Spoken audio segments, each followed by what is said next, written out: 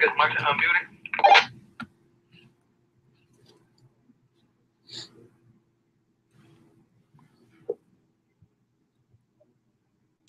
All right, so welcome back, everybody, to another week, another episode of my show. I'm Jordan, and this is Taking a Different Perspective, where I talk, discuss, review, and analyze all things film and media. So before I get into what I have planned, this episode today is actually brought to you by More Than Java Cafe.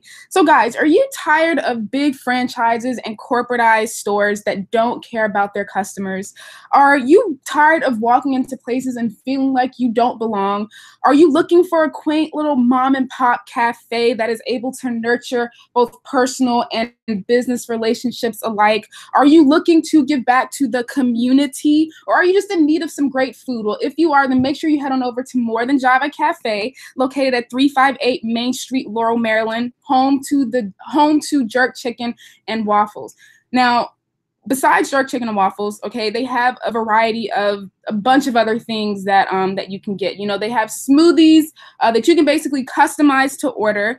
They have like a shrimp pasta salad. They have a chicken salad, both jerk and curry, that you can either get as is or you can get in a wrap. Now, speaking of wraps, they also have a grilled chicken wrap that is really, really good. They have all day breakfast. They have now, speaking of their actual Java, so their coffee, they have some nice flavors. But if you don't just want the coffee flavor and you want some other flavors added into your coffee, they have like a bunch of different flavors that you can actually add to the coffee or any kind of coffee drinks. They also have different desserts and pastries and a bunch of other stuff that I feel like it would just take up the whole time if I were to tell you everything that they have. So yeah, make sure that you all check out More Than Java Cafe, which like I said is located at 358 Main Street, Laurel, Maryland. And well, besides all of that, I don't know if you know, but it's actually Black owned. So you all know what kind of times that we're living in. You all know that we really have to, you know, be there for our people and really support our people in the way that you know, in the way that we should. And so, yeah, make sure you, like I said, check them out. And if you wanted to, you know what it is that you know, that they're up to, because besides the food, they also put on events. Like last Saturday, they had an open mic night where it was you know, poetry, and somebody actually did some stand-up and somebody else sang and things like that. So yeah, if this sounds like the place that you would like to you know, become a patron of, and like I said, make sure you check out More Than Java Cafe. Now, going ahead and getting into today's episode, there are two major ethical theories that are at play in season 5 of Orange is the New Black: utilitarianism and deontology. And so, as we all know, in within the season now, let me go ahead and say this. This show will be getting into spoilers for both season 4 and season 5. So if for some reason you have not seen these seasons and you don't want for things to be spoiled, then I guess don't watch this. But yeah, so in season 5, we all know that there was a big prison uprising that had taken place. Now, in the middle of this prison uprising or riot or whatever you want to characterize it as, one of the characters, Piper, had posed a question that I feel like really kind of gets at the heart of this season. That being, do you value the right and wrong of the actions themselves, or do you value the right and wrong of the consequences of those actions? Now, what deontology essentially gets at is that the morality of an action depends on how consistent it is with our moral norms. So basically, if the larger society says that this is right or this is wrong, then the decision that you make is either going to be right or wrong, depending on how, you know, it matches up with what society says. Whereas utilitarianism basically allows for a bit more leniency when it comes to your decision making. They say that the morality of an action depends on its outcomes. Now, in asking in posing that question that Piper poses in this season, I'm not really going to attempt to answer that question either through my own or general philosophies, because it is a pretty open-ended question, right? It honestly depends on where you ethically stand. And so instead, I thought that I would look at that question and kind of explore it through the theme of power and what power says about our own moral standing, because besides ethics, power is also a really big theme of the season. And so season 5 starts out right where season 4 left off. And so I do feel like it's important to kind of run through, you know, all of the occurrences and happenings and conditions and all that happened in season 4 that led to this prison uprising in season 5. And so in season 4, we saw that Caputo became in charge of Litchfield. He hires these new CEOs, one including Piscatella. He's the captain of the guards that we all hate. The guards themselves actually, you know, are going on this huge power trip where they start to do these unnecessary cavity searches on a majority of minority inmates. They make some inmates fight each other. They make other inmates eat mice. It's a lot of corruption going on with these new COs. Now, besides that, the prison is overcrowded. We have racial tensions that are starting to increase between these inmates because there's so many, new inmates that are coming in. There's an underground panty business that's going on. Now, there's a financial crisis kind of situation going on with MCC where supplies and necessities for the inmates are starting to run thin. Caputo himself actually submits an education plan that has its humanities courses replaced with more cost-effective vocational training.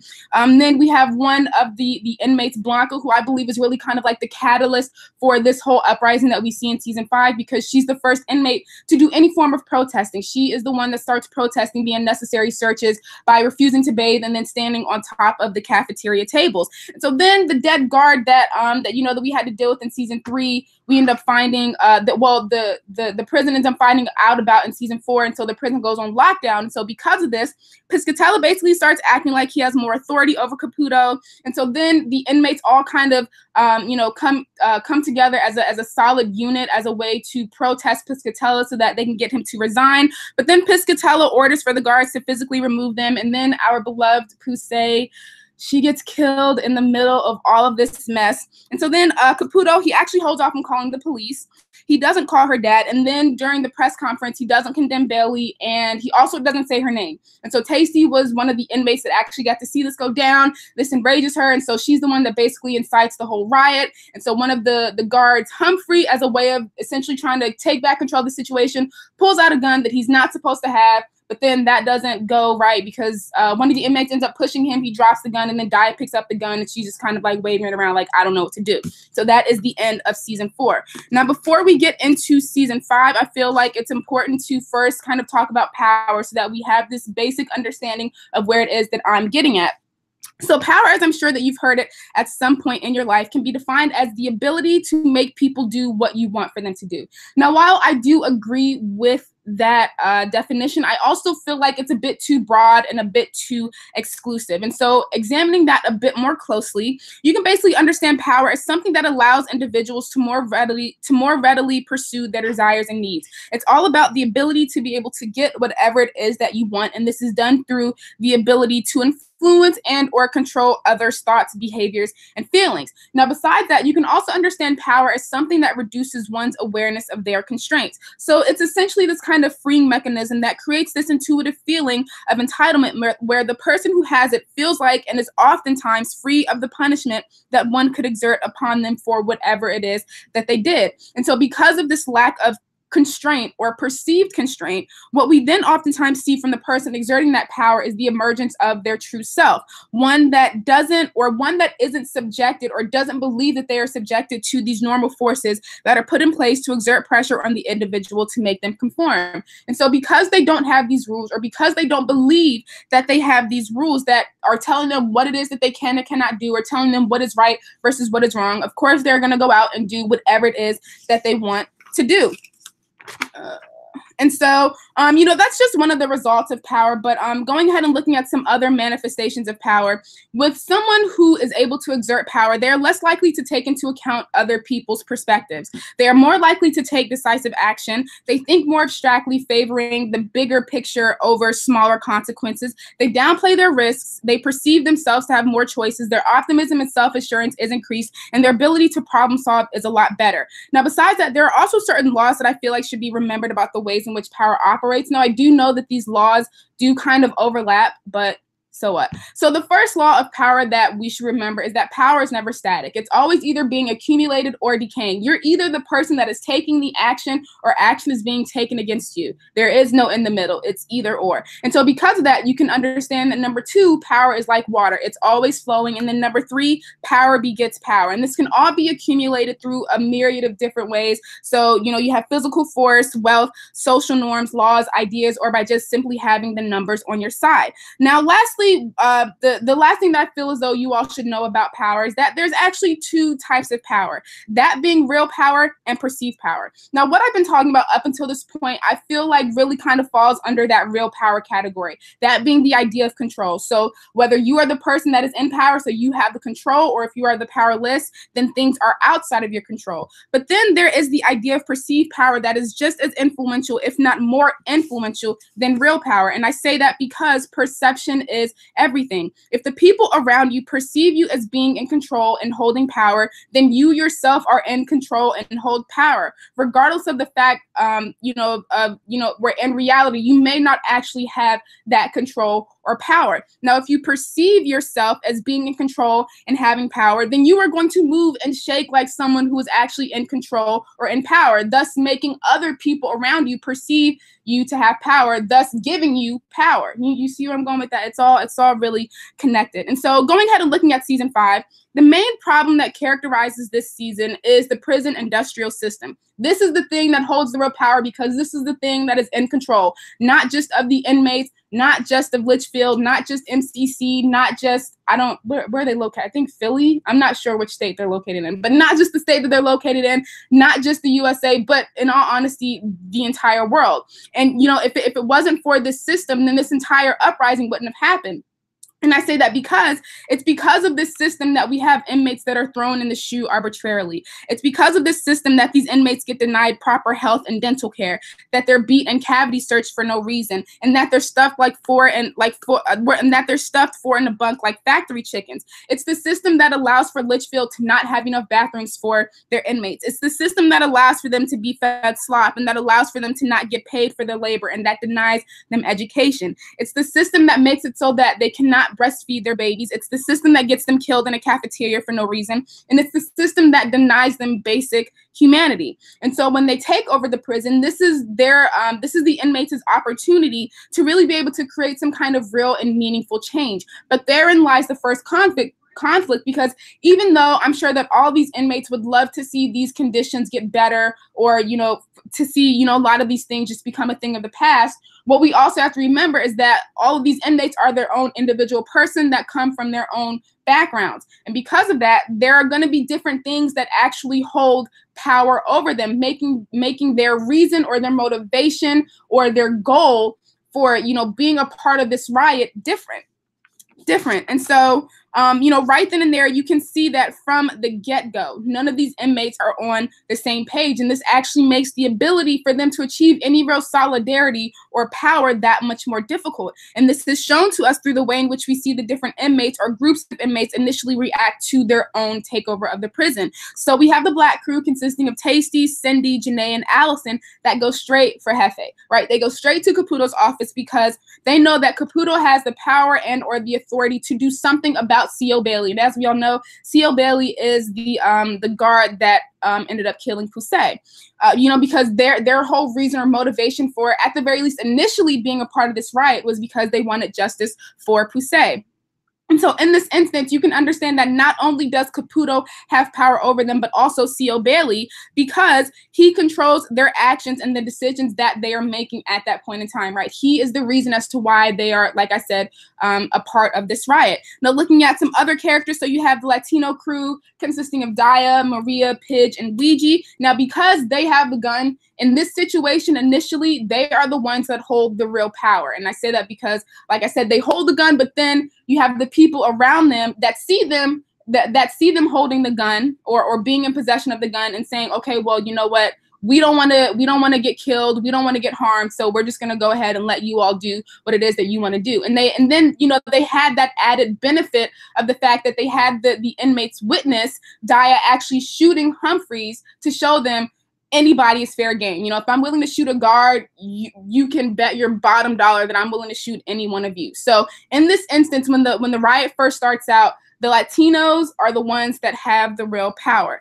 Now, besides that, looking at another character like Red, we can see that she's motivated by revenge. She's trying to find any kind of dirt that she can on Piscatella, because in season 4, he was the person that, you know, exerted the most power and control over her, as well as all the inmates, but especially her. Like, he really had a hard on for her. And so, you know, this is her way of essentially trying to gain back some kind of control. Then we also have Nikki, who we see go straight for the pharmaceutical closet, because as we all know, she is a recovering addict. And so in that instance, you can understand Nikki as someone, well, you can understand, you know, like the pills, or looking a bit more broadly, the drug or pharmaceutical companies as the institution or the entity that holds power over Nikki, because this, you know, we see her go straight, like I said, for that pharmaceutical closet. And then we also have Boo and Pennsatucky that go straight for commissary, because, you know, in their mind, to be able to control the supplies is to hold power. And I actually think that was actually pretty smart, because like I said, there was that whole financial crisis with MCC where you had a whole bunch of supplies and necessities that were running low. So, you know, it made sense to, you know, control all of that. And so, you know, what we see are, you know, is that even though some priorities are a bit more frivolous than others, what can be understood through their motivations is that any kind of power that these inmates think that they may have was always tainted, and that it was always meant to be short-lived. Now, I do say that taking into account the very fact that they are prisoners, and so, of course, there was going to be some kind of external force that was going to come in at some point and shut everything down. But besides that, we can also infer that their downfall would have also come from within, and we do see that that basically happens. Now, though this is the case, this isn't to say that the inmates all didn't at some point at least try to be some kind of inclusive and solid unit, because they did. And we see this through the list of voted on demands that they ended up giving to MCC. And so it was a list of 10 demands, and this is going from most voted on to least voted on. And at the top of their list, the inmates wanted for the guards to get fired. Now, besides that, they wanted for the GD program to get reinstated. They wanted better health care, conjugal visits, amnesty, provided that there are no casualties, an end to degrading searches and solitary confinement, more work opportunities, the internet, the arrest of C.O. Bailey, and then Flaming Hot Cheetos and Takis. Now, with this list, you can essentially see that the inmates are taking a page straight out of the utilitarianism handbook. And I say that because one of the pervading questions, whether it's a conscious one or not, to you know, to the season is, how do we bring about a solution where everyone is happy? But like I said, this is pretty much impossible, because everybody has their own motivation or own reason for participating in the riot or not participating in the riot. And so the next best thing that they could really attempt to answer was, how do we bring about a solution that creates the greatest good for the greatest number of people? So essentially maximizing the happiness of the group whilst also minimizing their suffering. But that, of course, does not come without its own critiques. One of them being, well, what is good? Like, how do we define good? Another critique being, what level of good are we actually seeking to attain? Are we just going for the bare minimum, so we just want basic necessities, or do we want something more? And then there's also, you know, the reality of, you know, where you're trying to maximize happiness for everybody, somebody is going to have to go through some kind of hardship. People are going to have to show some kind of discipline, and there are going to have to be sacrifices. Now, besides, well, and I say that because, you know, everything comes with a cost. You know, you can't really experience any kind of pleasure without having some kind of pain. Now, besides all of that, I think that the biggest oppositional force to utilitarianism that we see play out this season, and is also, you know, very much associated with these critiques, is power. You know, who is the one that actually gets to be in charge and that gets to determine, you know, how to, you know, maximize the group's happiness while also minimizing their suffering? Who gets to define what is good? Who gets to say what level of good that they're actually trying to attain? And who gets to choose who goes through what hardship and who has to give up what and all that different kind of stuff? And so it's really interesting to see how power then affects the way in which these inmates choose to morally operate within this riot. And so one of the instances that I want to talk about in which we see, you know, power and ethics really kind of coinciding is the incident with Daya. So as we all know, she's the one that pulled the trigger and that shot Humphreys. Now, her presence in the riot puts the entire thing at risk, because it essentially takes away from the group's power in terms of their leverage, when trying to negotiate with MCC. You know, where the mindset of the entire group, sans Daya, is they're like, why should we suffer for the actions of one person, right? In this scenario, Daya is basically a liability, because she's the one that is basically blocking everybody else's blessings. And so for the sake of keeping their power, they decide to give up one of their own. Now, in terms of an ethical dilemma, I definitely think that this one falls pretty low on that scale, because I feel like the decision is pretty clear-cut.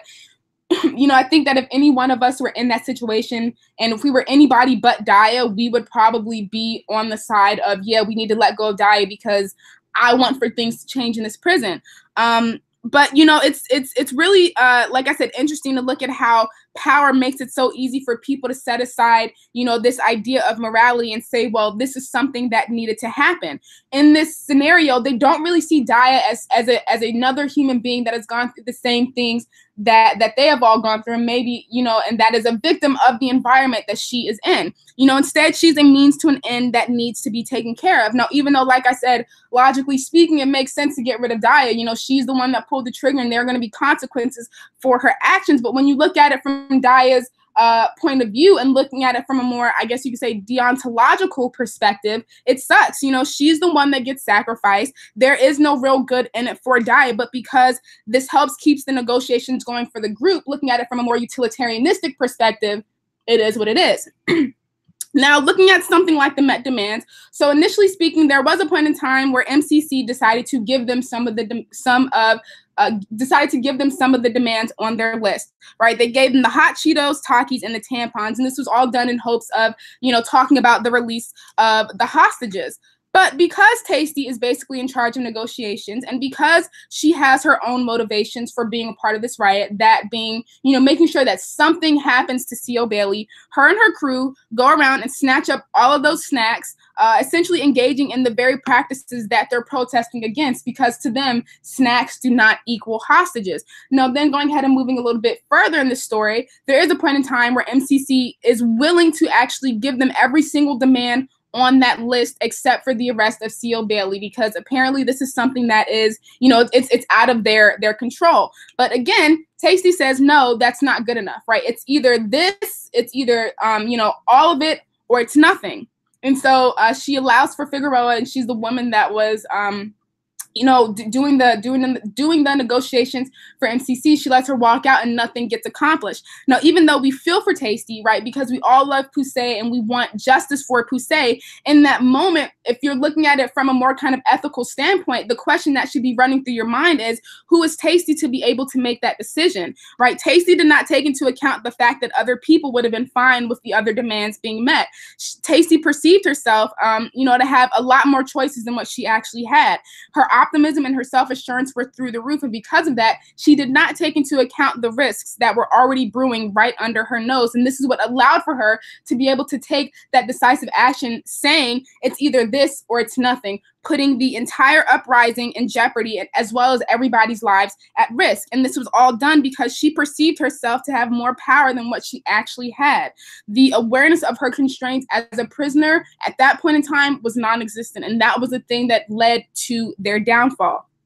Now, I already talked about, like I said, the conditions that led to this uprising, but what I now want to lastly talk about are, you know, the other inmates and the whole hostage situation and how something like power affected them. So generally speaking, we can say that power pretty much corrupted these inmates. Outside of, you know, the little bartering community that they were able to create, that was pretty short-lived. And then outside of the book memorial that they made for Poussey, and outside of the little coffee shop that they created, the power, like I said, pretty much corrupted them. What we saw happen is that there was a role reversal. So the guards went from being guards to inmates, and the inmates turned into the guards, or the very thing that they were fighting against. That being people that refuse to see the humanity in other people. That is what was meant when I said that power is never static. That is what was meant when I said that power is like water. And that is what was meant when I said that power begets power. The objectified became the objectifiers. They took away the guards' basic dignity, and they reveled in making them feel bad about themselves.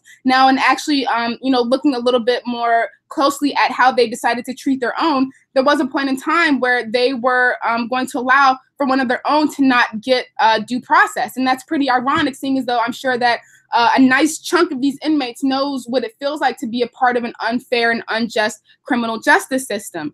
Besides that, they had also turned someone into like their own slave, referring to her as fine chattel. And then, of course, I talked about, you know, the unlawful and unwanted searches. And I found this all to be really eye-opening because, you know, we were able to see how easily they were able to slip into these roles and behaviors. And I think that a big reason as to why this is because they were able to take these oppressive objects, objects, right, that surrounded them daily and turned them into symbols of empowerment to be used at their leisure. So we saw this with the gun, right? Anybody who had the gun held power. But besides looking at the gun, there was also the poo, right? So the outside porta potties that were turned into a makeshift shoe or place for solitary confinement, where if you acted up or if you did anything that the inmates did not like, you were going right into it.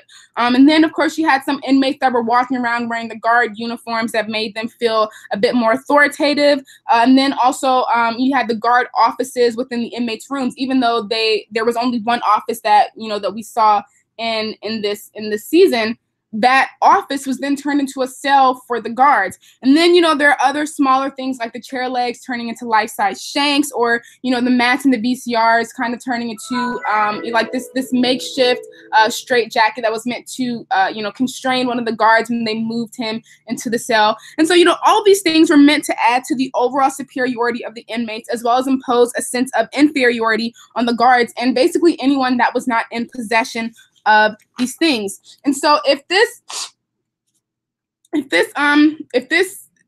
switch or change in behavior or anything like that sounds familiar, then you are right, because what we get to see in the season of Orange is the New Black took a page straight out of the Stanford Prison Experiment Handbook. Now, for some reason you have never heard of this experiment, then I'm going to need for you to crawl from under that rock that you live under and do your Googles, because this is a pretty well-known experiment. But if you don't know, going ahead and giving you the Wikipedia summary, because I did take this straight from Wikipedia, and there's no shame in my game. But yeah, the Stanford Prison Experiment is a social psychological experiment that attempted to investigate the psychological effects of perceived power, focusing on the struggle between prisoners and prison officers.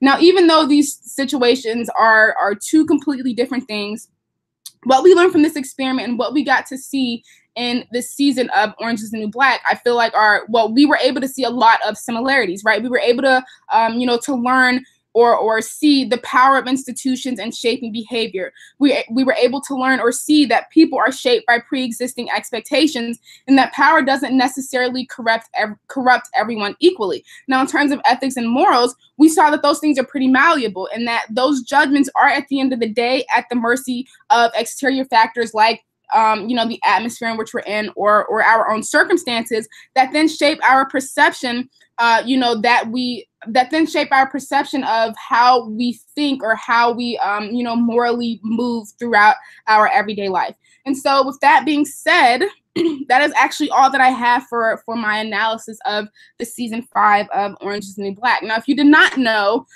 season 6 of Orange is the New Black is actually going to be premiering on Friday. So, it only felt right that I talk something about Orange is the New Black this week, because I actually really enjoyed last season. So for anyone out there that stopped watching after Crusade died, I'm just saying you missed out on a pretty good season, and maybe you might want to go back and watch season 5 so that you can get caught up with and watch season 6. Now, if you enjoyed everything, or if you enjoyed what it is that I talked about today, then just letting you know, I do this show every week, 12:30 to 1, every Tuesday. In terms of next week's show, I don't really know what it is I'm going to be talking about. I mean, I have an idea, but I don't know. So next week's episode is going to be a bit of a surprise for everybody, including me. Make sure that if you had any comments, questions, or concerns about anything that was talked about today, you can hit me up on either Twitter at JORDI Reviews or on Facebook at Jordan CHISLEY. And yeah, I'm always down to have conversations. So yeah, if you want to talk, just let me know. And with that being said, that will end today's episode, and I will see you on next week. All right, bye.